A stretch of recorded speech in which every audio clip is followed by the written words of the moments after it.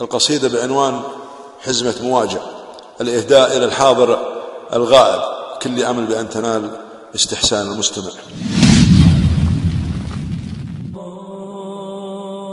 يا حي يا قيوم يا رحمن يا رب العباد، يلي خلقت الكون واللي فيه واللي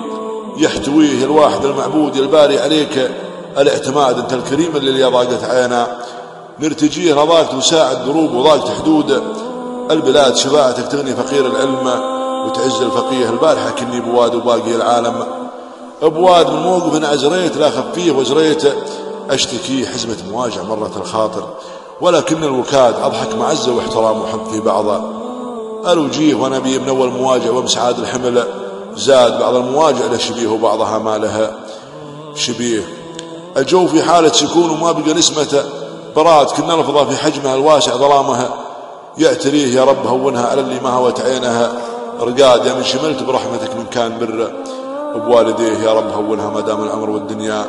جهاد، بامرك تحقق مبتغاه ليدعاك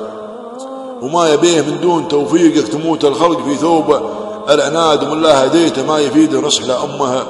وبيه يعيش كاين حي لكنه من أصناف الجماد، ما يدري كل له من الدنيا ويجهل